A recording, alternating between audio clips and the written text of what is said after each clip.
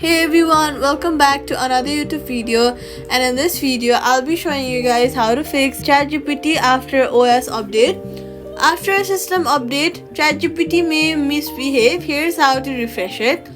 First of all, restart your phone and then head over to your app store after restarting. Search for ChatGPT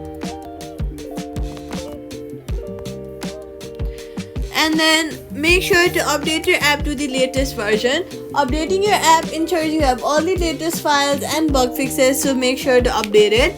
Then head over to your settings app, go to iPhone storage, scroll down, click on ChatGPT and then offload your app. This will free up space used by the app and it keeps documents and data.